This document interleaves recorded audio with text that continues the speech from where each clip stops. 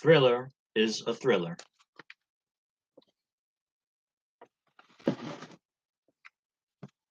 On December 1st, 1982, Thriller was released to a market of seasonal shoppers. It seems ironic considering the impact Thriller would have on the record industry that even CBS released the album's first single in October, a little over a month before the issuance of the album. Many observers thought Thriller might be a disappointment.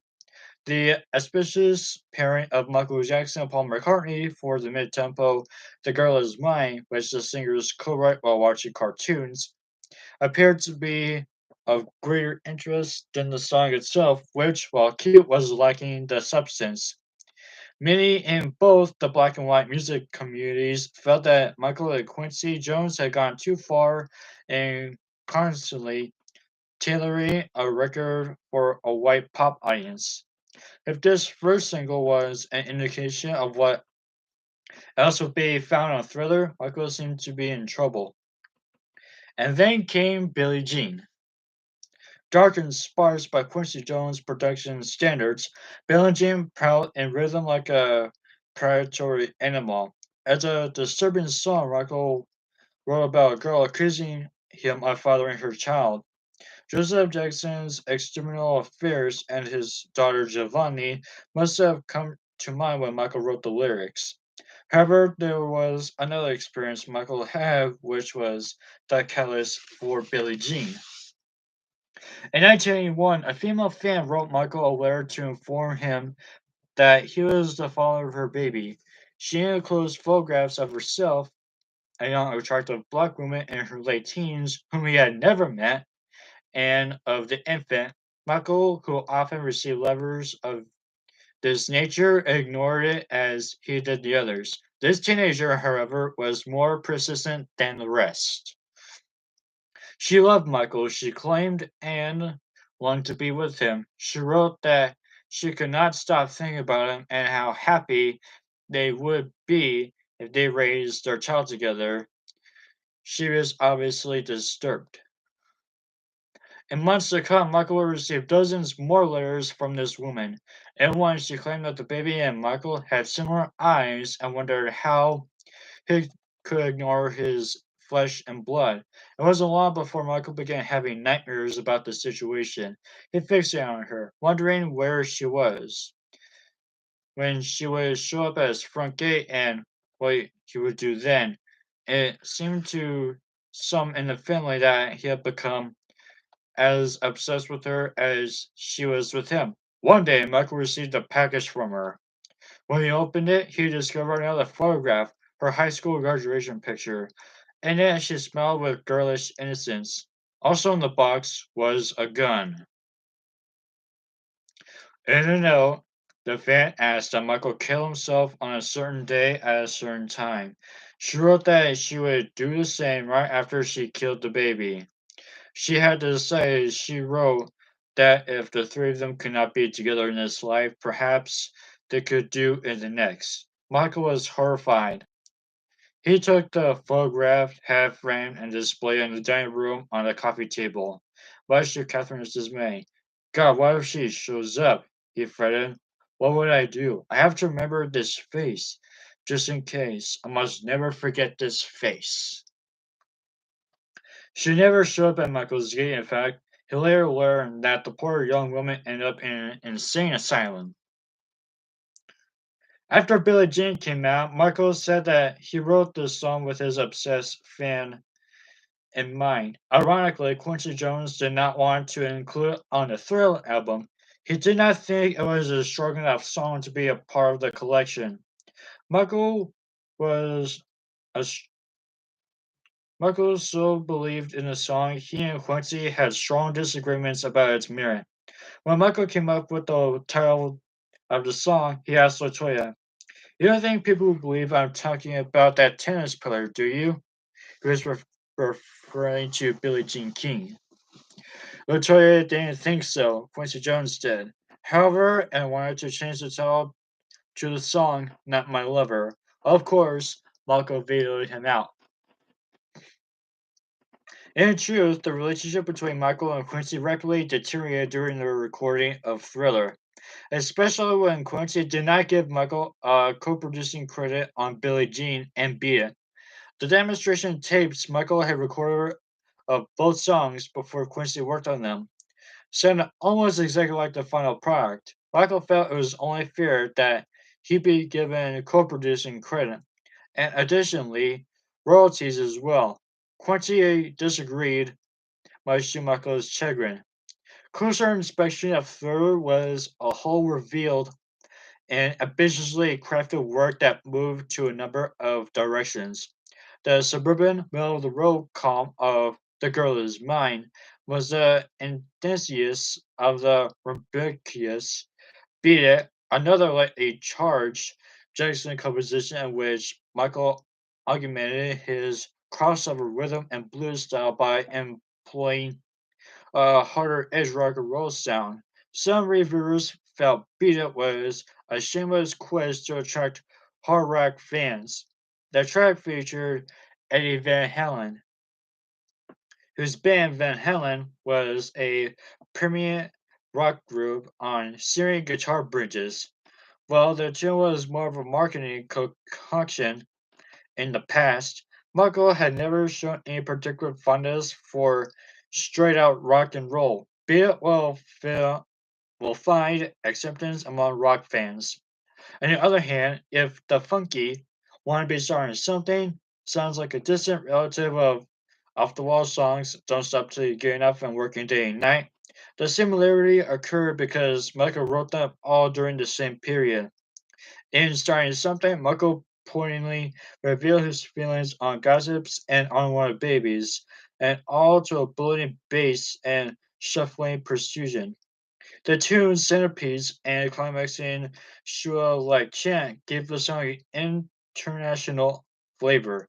It was difficult to listen to Michael as he spout angry lyrics about hate and feeling like a vegetable, and not wonder about his state of mind at the time. There are other standouts, the moody and retrospective Human Nature, written by Steve Pericoro and John Bettis, was an expansive pop ballad that was sheer musically kept it from being mushy. The funky PYT, standing for Pretty One Pretty Young Thing, credited to James Ingram and Quincy Jones as a sultry ballad. Late in My Life by Raw Temperament were both efforts to beef up Thriller's R&B direction. Late in My Life was, by the same token, as close as Michael has come courting a sexy, soulful ballad since his Motown years. Perhaps that was why it was inquired so many takes before the lead vocal was to Quincy Jones's liking.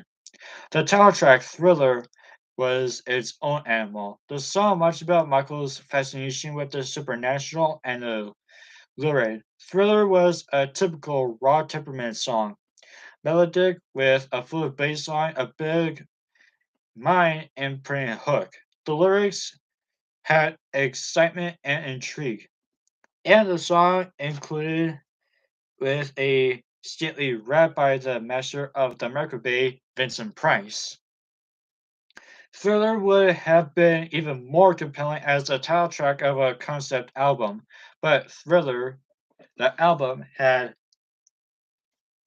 no total focus. It was just a bunch of great songs. Even the album's cover art, a photograph of a casually posed Michael uncharacteristically dressed in white jacket and pants, seemed encourages. However, it's the picture many people refer to when discussing his plastic surgery, saying, if he had just stopped there, he would have been fine. With Thriller, Michael and Quincy have successfully engineered glossily authentic versions of pop, soul, and funk that appeal to just about everyone. However, no one in the music business expected the public to take that appeal so literally. At some point, Thriller stopped selling like a leisure item, like a magazine or toy tickets to a hit movie, and started selling like a household staple. At its sale peak, CBS will report that the album was selling an astounding 500,000 copies a week. To the press, Quincy acted as if he knew Thriller was going to be huge. I knew it from the first time I heard it in the studio because the hair stood straight up on my arms, he said. That's a, it's a sure sign that it's never once been wrong. All the brilliance have been building inside Michael for 24 years just erupted. I was electrified, and so was everyone else involved in the project. That energy was contagious, and we had it cranked so high one night that the speakers in the studio actually overloaded and burst into flames. First time I ever saw anything like that in 40 years in the business. What in the world was he talking about? Speakers bursting into flames? Quincy is nothing if not a good showman.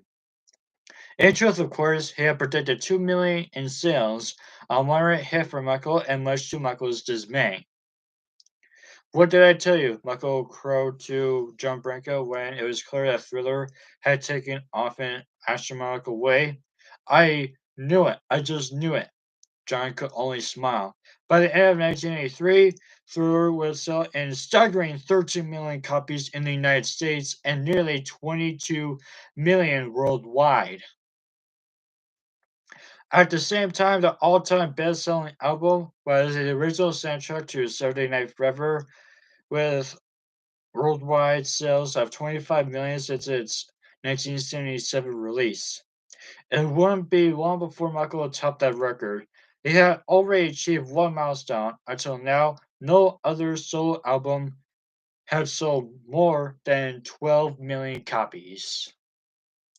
In addition to his personal achievements, Michael has single-handedly revived a murder-bound record recording industry when people flocked to the record stores to buy Thriller. They purchased other records too. As a result, the business had its best year since 1978. As Gil Friesen, then president of A&M Records, said at the time, the whole industry has a stake in Thriller's success. Michael's success also generated new interest in black music in general. Ultimately, Thriller would go on to sell more than 50 million copies worldwide. It would spend 37 weeks at number one in the Billboard charts, which was amazing. In the UK, it also hit number one in the standout charts there for an incredible 168 weeks. The release of Thriller marked the first time an album was number one in the USA and the UK at the same time. Also, prior to Thriller, no other album had ever spawned 7 top 10 singles. Billie Jean, Beat It, The Girl Is Mine, Human Nature, Wanna Be Starting Something, PYT, and Thriller. All the songs sold hugely right around the world. CBS made at least $60 million just on Thriller. Michael fared well too. According to John Branca, Michael set the highest royalty rate in the record business. That rate escalated along with the sales, but averaged 42% of the whole sale price of each record sold, or about $2.10 for every album sold in the United States. $32 million on Thriller's Mexican Hills sales alone. Roughly $15 million more was made in foreign sales. Those figures, of course, do not include the royalties for the 4 songs he penned on the album. Michael Jackson, at 25, a very wealthy young man, he has certainly came a long way from that 0.2% royalty rate Motown once offered him. The more Thriller was heard and was possibly the most played record of all time, both privately and on the radio, the better it sounded. Michael and Quincy had achieved their goal. To many listeners, whites, blacks, hybrids, heavy metal fans, teeny bobbers, parents, Thriller was the perfect album. Every song and exercise in pop music production, every arrangement, every note in perfect place. This achievement made Michael more than a hero. The music industry put him a higher ground, almost sainthood. Of course, the entertainment circles these days, even the most untalented artist who sells huge amounts of product becomes a visionary. However, Michael's phenomenal sales, along with his astounding talent, established a precedent of excellence with Thriller, and one that he would secretly attempt to surpass for the rest of his career.